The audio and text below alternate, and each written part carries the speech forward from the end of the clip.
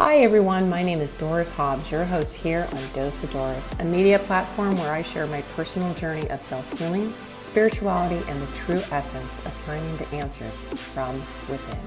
In each episode, I share a powerful dose of inspiration designed not only to uplift you, but to help you cultivate a mindset aligned with your soul's true purpose.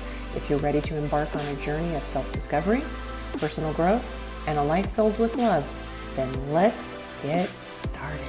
Hi everyone, and today I wanted to chat about recognizing when it's time to step away from toxic situations, whether it's a relationship, a friendship, a career, or anything else.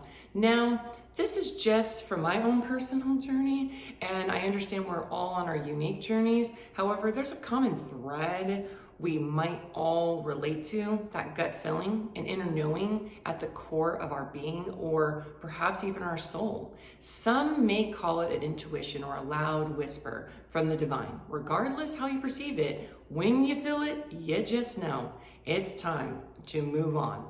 So what happens when you receive this knowing, but you decide to take no action?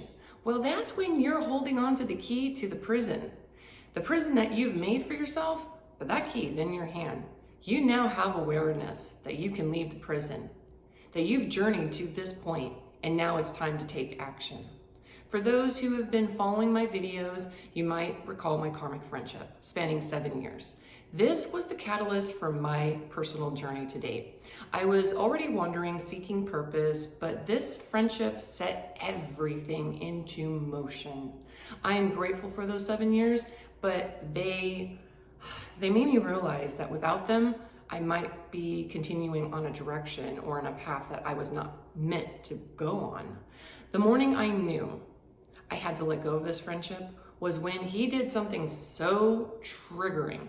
I only had one option, which was to walk away.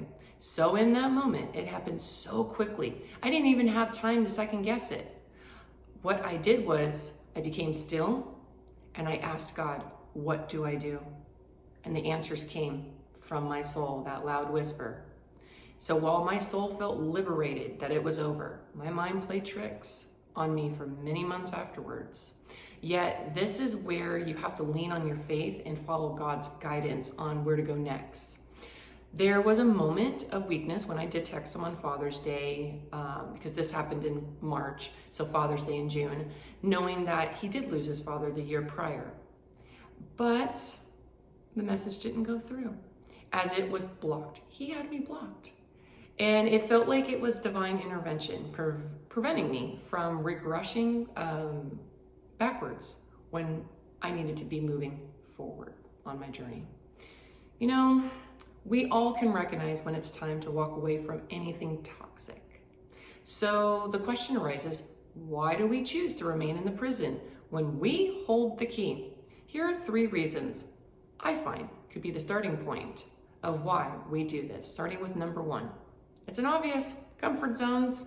I find this being the starting point because of the fear of the unknown, finding comfort with familiar, anything that's familiar, even if it's toxic. Stepping away and facing uncertainty and starting over, again, that's scary. Number 2. False beliefs. Sometimes we hold on to false beliefs, such as thinking that we deserve the toxic behavior or situation, or that we won't find anything better outside of it. And that is such a lie.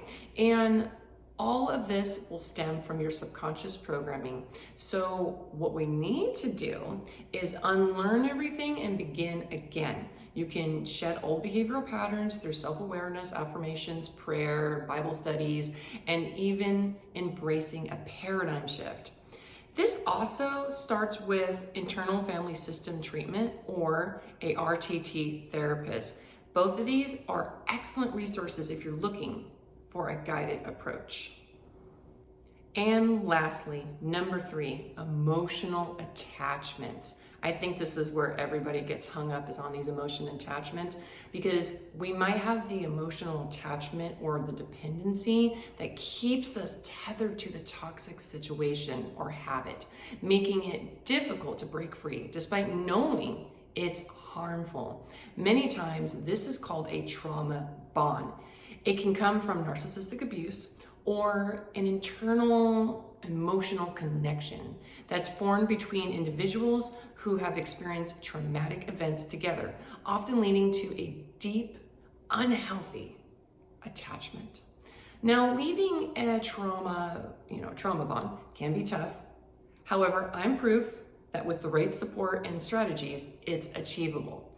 2 key actions that come to mind about this are practicing self-care and reversing negative self-talk. Now, you might be curious about the story that I mentioned in the beginning. How long did I know it was time to leave that friendship? Well, I realized it at least 5 years out of the 7. I know. However, I kept making excuses.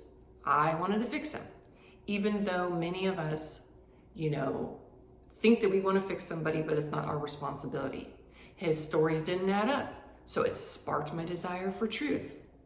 So again, it's not our responsibility to find out the truth when someone's lying or to try to fix them. It's not our responsibility. We must always prioritize and respect ourselves. Number 1, first, our mind, our body, and our soul. If things fell off for weeks, months, or even years, then my darlings, that's a red flag. It's time to acknowledge it and to leave, because we can never regain the time lost trying to figure out what was never meant for us to figure out. If this resonates, if anything that I've said today resonates, it's okay, you're human, and it's understandable. We've all been there, even myself. And now that you're aware and you have this higher consciousness, it's crucial to be honest with yourself and stop hiding behind rose-tinted glasses. It's time to stand in your power, because I always say, you are powerful. We are all powerful. A helpful exercise is to take a moment. The next time you feel it's time to leave a toxic situation or person and you're kind of teetering back and forth, I want you to look at a clock, a good old-fashioned clock. Watch the hands move for a few minutes, and then hear the second hand go tick, tock, tick, tock. Then ask yourself, am I okay with another day living this way?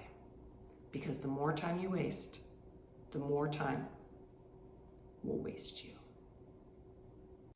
I trust this week's episode has been beneficial for you. Thank you for tuning in. If anyone is interested in collaborating, please don't hesitate to send me a message. You can find my contact details below. And until we meet next time, remember to always stay glamorous.